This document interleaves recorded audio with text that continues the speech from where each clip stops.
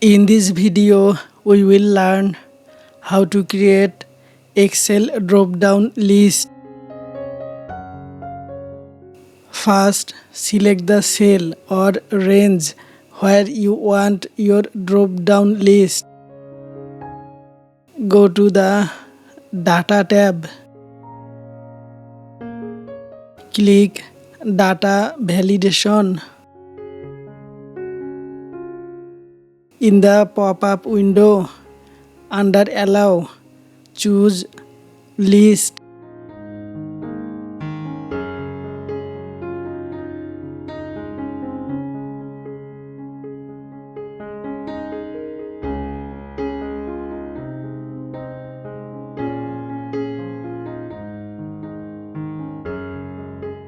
In the search box, you can type your list option separated by comma. Click the OK button. Our drop-down list are created.